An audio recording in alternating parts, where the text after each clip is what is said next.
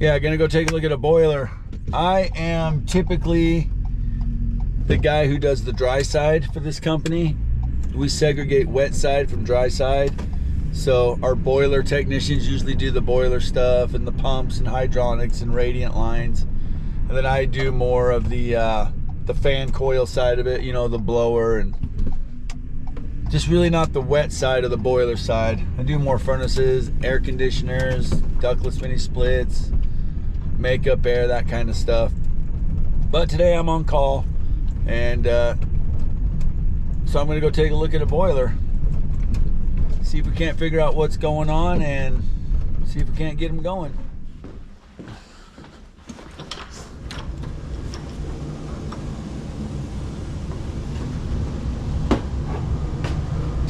Well, there's our boiler.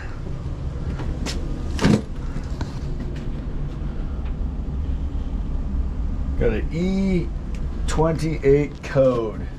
E28. What's an E28?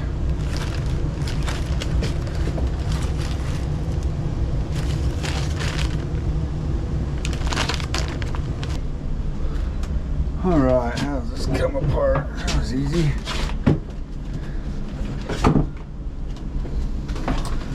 Let's see if I can find a manual for this boiler,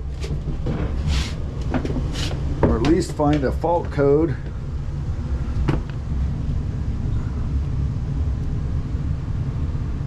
Schematic somewhere that tell me what an E28 is. Just gonna Google it maybe. Alright, I pulled this up on Google. Well-McLean boiler error code E28 indicates a combustion blower not running. Issue meaning the blower isn't starting during the ignition sequence.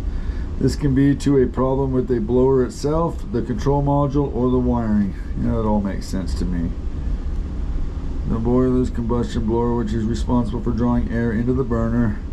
So my combustion boiler on this, or my combustion motor, is right here. It's this black thing. Basically pulls air in, mixes it with fuel, and then fires it. Man, look at all the high temp silicone on this thing. Somebody's been trying to keep this thing going. I don't know why that doesn't have the proper gaskets, but who knows. Okay, I am going to shut this off, do a complete reboot, and see what it does. It's like 1, 2, 3, 4, 5, all 6 zones are calling. It's definitely been calling for heat. Somebody wrote bedroom, 2nd, 3rd floor bath. FAU stands for forced air unit. That's going to go to this guy right here. Has the hydronic lines that come down into it from the boiler. Has a hot water coil in it. This one also has an evaporator coil for cooling in the summer. So just this fan coil alone's got 2 zones in it. 2nd floor and 3rd floor that this thing blows warm air created by the boiler from this coil that's inside here. But let's do a reboot, see what happens. This looks like all my zones are calling, and I'm not sure if this thing does domestic hot water. Oh, sure does right here. Let's see, I believe it does. Yeah, that's an indirect water tank. This line is my boiler out, and this must be my, where's my boiler in? Let's see here. Usually these boilers will, from what little bit I know, they'll usually get priority to the hot water before everything else.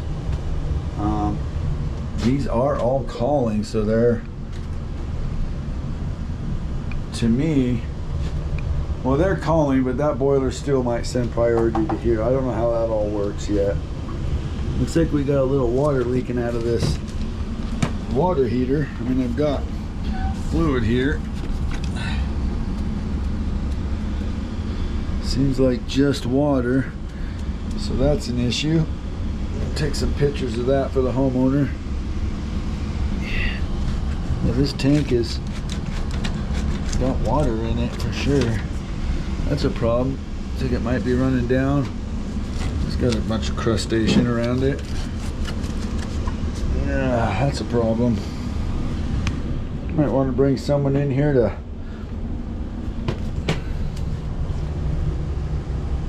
oh, right here, look at this. This is wet. This fitting's all wet. That's where my water's coming from. See the drip? Boop. Yeah, okay. Probably started dripping when it lost heat, because I know sometimes when you lose your heat, things will contract and then cause a leak like that. All right, let's turn this on, see what happens.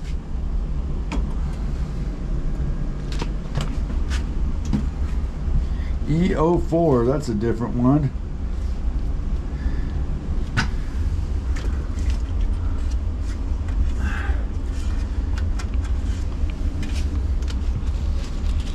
E04. I inspect all my wires going to my motor, make sure they're good. Control plugged into the control.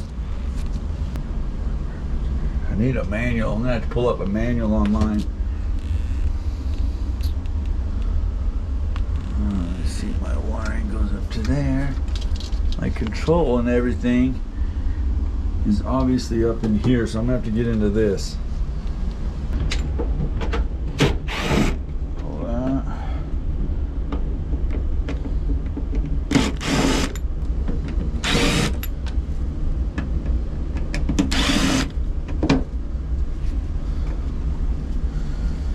Okay, there's my control. E04, you know what's weird is that combustion motor didn't even try to come on.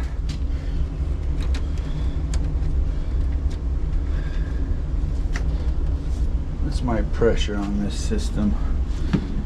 Looking for a pressure gauge. This says 15,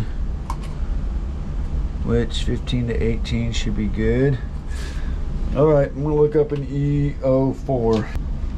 I looked up an E04 and it says a Well McLean Ultra 105 boiler displaying an E04 error code indicates power lost after lockout condition, meaning the boiler lost power after a previous lockout event and requires a manual reset. Well, I killed the power after that E28 lockout, so I probably created this code. So let's do a manual reset right here.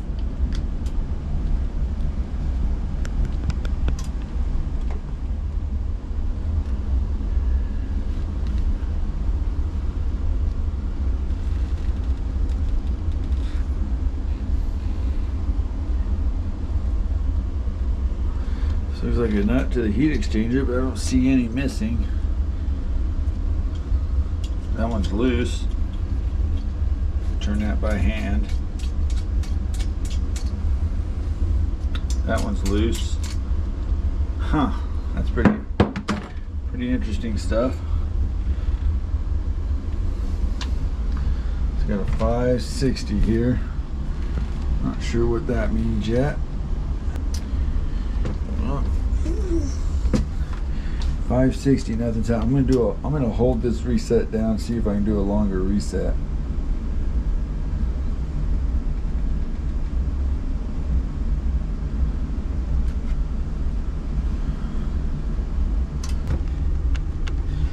These are the wires down to my motor right here. Go into this plug.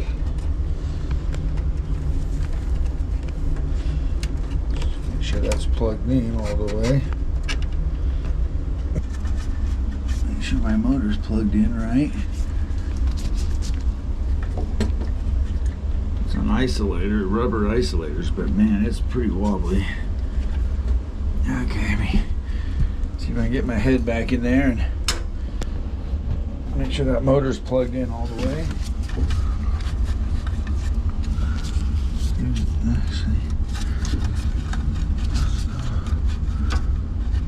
Can't really see. Grab my mirror.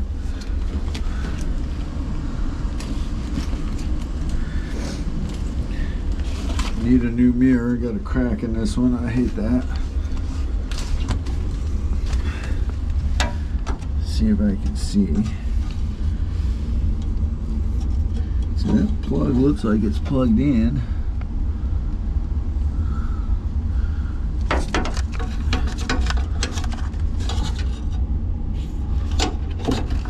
Not sure. This plug definitely looks plugged in.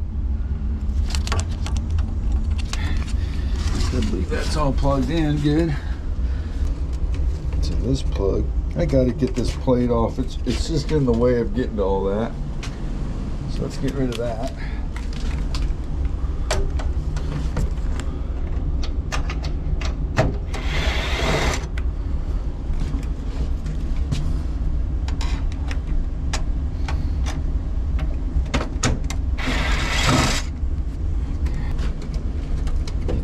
Plugs a little better.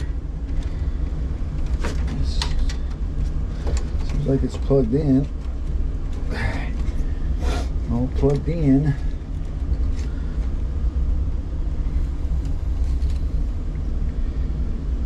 .560 and nothing's happening. See that plug? Black, red, blue, white. Comes up right here into this plug again. Blues to there. Everything looks good.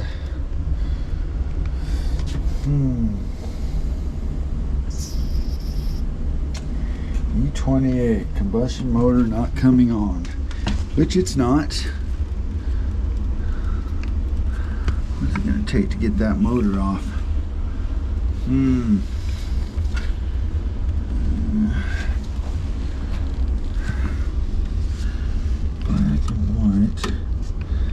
I need to make sure I'm getting power to this motor. So let me look up the electrical schematic and see exactly where power comes into this motor at and what kind of power it takes. This is pretty much what I get for a schematic. It shows the combustion motor right here. It shows a little 5-pin with 4 wires coming down, W, R, B, and BL. I have to look at my colors in there again, I don't recall, but white, red, either blue or black, and then the B can be brown, blue, or black. You don't really know though.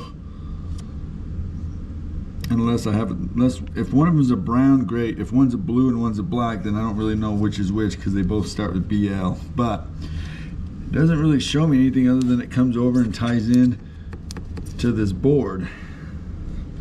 I might be able to line up my pin numbers with this and figure out what those are. And then the other harness, it just shows that another one plugs in somewhere to the motor.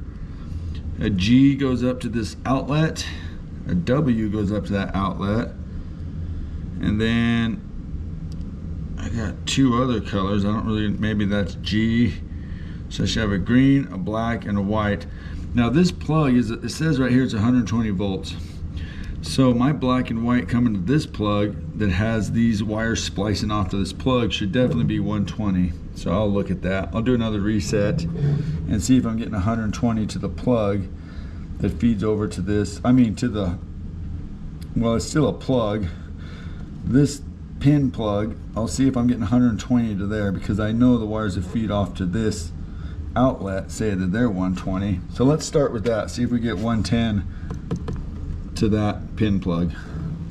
So coming out of the board right here, that's the harness that goes down, plugs into this 4-pin connector, which has my black, white, and green, 2 blacks, a white, and a green. This is the one that goes, see, we got a black, goes straight down to this outlet, which it was shown on that schematic. You can't really see it, but there's an outlet right there.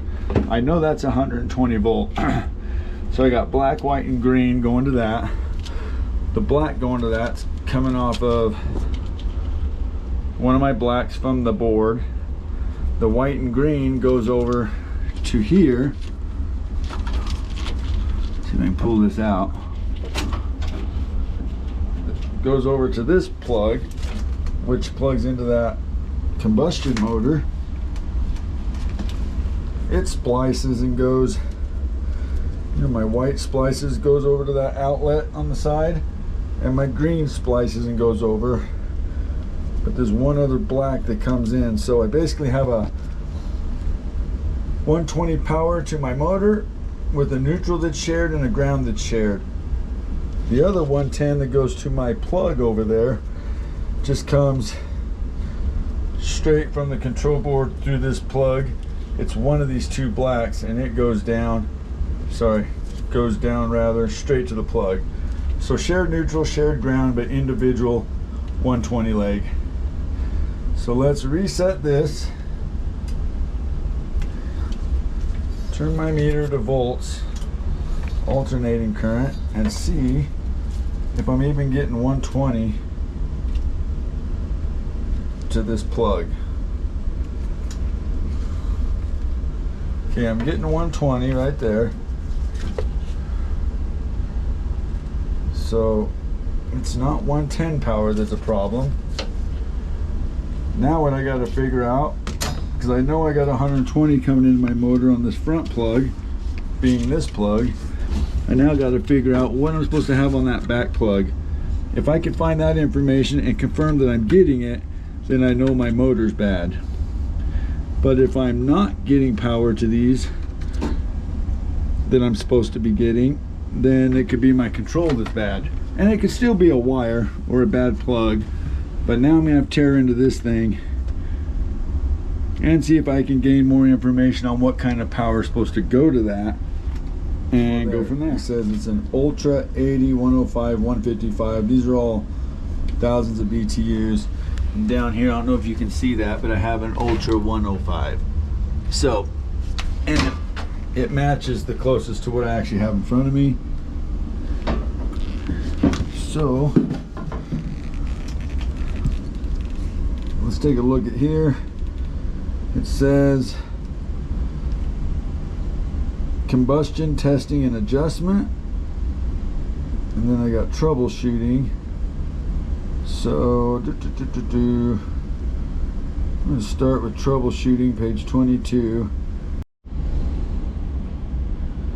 So in troubleshooting on page 31, we have that 28 error code right there. Hoping this is pulling up. Blower not running, which is a combustion blower. That is what our problem is. Number one, it says change display to information mode. Info number 6 dot underline 32. The blower has failed. Verify 120 volt at blower connection. If no 120 VAC, inspect wiring. Now if you remember, we did have 120 VAC to this plug right here, and that's what they're talking about. So let me see, let's start over, or continue rather. It says verify 120 volts at blower connection. If no 120, inspect wiring. We do have 120, so we don't have to inspect the wiring. It says if blower does not run, replace blower. If blower runs, replace control module. So basically the fact that we have 120 here and the motor's not running, I'm gonna dig a little deeper, but it's not even getting into this back plug that I pulled off to check voltage there. I would think that there would be something on that I'd have to look at. But so far the manual's saying if I have 128 volts here, just replace the blower motor. The module's good.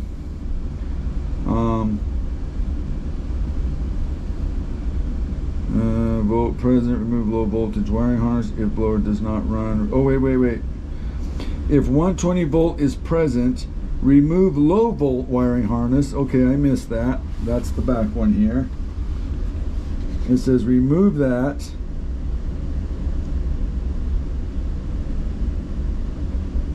Does not run, replace the blower motor. If blower runs, replace the control module. Okay. So I have to remove that low harness, plug this back in, and then see if it runs. Okay, let's reset. There's my reset. Let's make sure we got 128 volts. Yeah, I about missed that part. Make sure we got 120.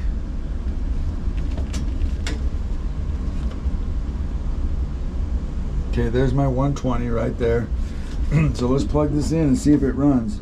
If it runs, then I have to replace the module. Well, I'll have to reread that again. I literally forgot already. Memories are great. Wish I had one. Okay, let's plug this in. I know you can't see what I'm doing, but we're gonna plug this back in. It's a pain to get to.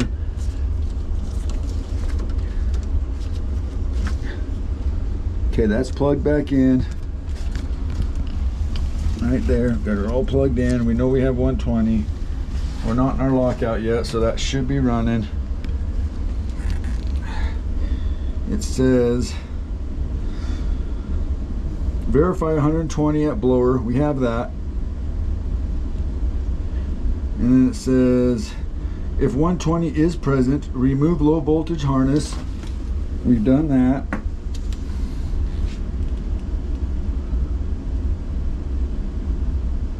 If blower does not run, replace the blower. If blower runs, replace the control module. So that's it. This low voltage harness basically just gives it a certain input from the board telling it how much to ramp up and down. But with that harness unplugged and the 120 in, I believe it should come on 100% capacity, just ramp up and stay there. So pretty cut and dry. You know, you don't have to know everything about something. That's what that's where the internet comes in. Just look it up, pull up manuals, and you can usually figure it out. So even though I'm not a boiler guy, I was able to come out here and diagnose that this combustion motor is bad.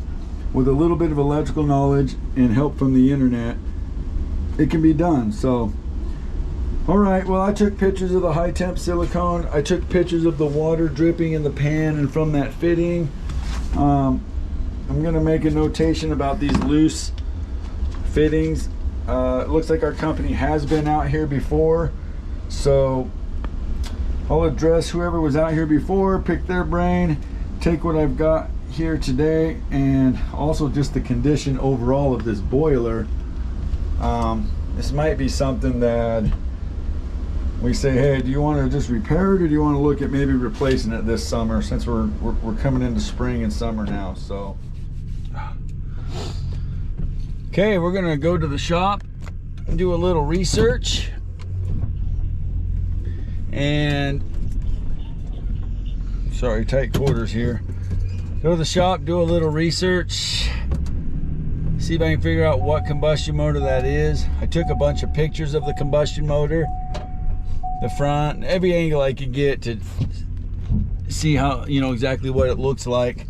So now I will go to the shop, see if we have that motor, do a little more research. I think my service manager is actually working today, so I can pick his brain, look at the old records of what we have or have not done here, and kind of come to a conclusion. I don't know if we're gonna have that motor at the shop. If we don't, I'll return with some temporary heaters. I walked around the house already, and I could put 4 to 5 temp heaters and get them by with the temperatures we're having now. It's not as cold. It's the end of March. You can still see snow on the ground, of course. So there is snow on the ground, but it's really not that cold. So yeah, I think 4, maybe 5 temp heaters will get them by there. And see what we decide to do. I doubt we're gonna have that motor, so maybe we get a more experienced boiler tech back there on Monday, get them set up with some temporary heat for now, get the tech over there and look at replacing that boiler, because it's pretty rough shape, and I don't really recommend even putting money into that thing right now from the looks of it. Things are all high temp silicone together, and some parts are leaking. You know, it's already just lost the combustion motor. Could it be something else, you know? Or it just becomes one of those things where it just starts costing them money. The other thing I want to know is what's the age of it. You know, I kind of know the condition just visually looking at it. Until we run it, we really won't know how it runs. But yeah, with my limited experience with those, but 25 years of being in the HVAC trade, I would definitely consider replacement at this point before I even put any money into it.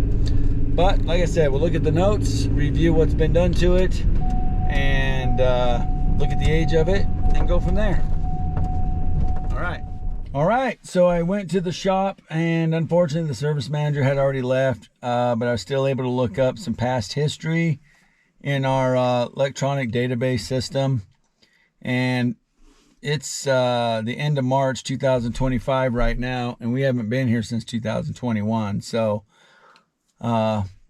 preventative maintenance really hasn't been done annually for 3 years, and that thing's in pretty rough shape. I need to speak with my again my guys with more experience in boilers and with my managers, and see if they want to, you know, look at replacement versus doing a repair on this. So yeah, I grabbed some temporary heaters from the shop.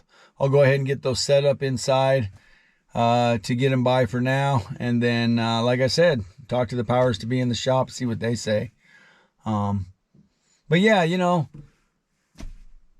just goes to show that you don't have to know everything. You don't have to be a super tech. You can you come out, you know, and it's not always knowing how to fix something or knowing all the information about it. Sometimes it's just knowing how to find the information.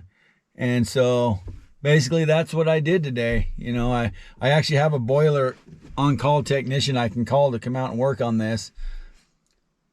So basically I receive all the on-calls, and then if it's an air side thing, I go, or if it's a boiler thing, I can send out the boiler tech. But I thought, well, you know what? I'm going to go look at this one today, and just, if I have problems, I can call him. He can help me on the phone, or I could always call him out here to take over if I couldn't figure it out. But with the internet, again, you don't have to know everything. You just got to know where to find it, or how to find the answers. Pulling up the manual led me right to the answer, and so it was pretty cut and dry. So yeah, that's it on this one. I appreciate you guys. If you think of something that I totally missed here, because it's very possible there's things I missed, please leave them in the comments. I love learning from people who do know more about this stuff, or if there's any answers or questions rather that I can answer, I'd be happy to do that as well. So thanks for watching, you guys. I'll see you on the next one. Peace.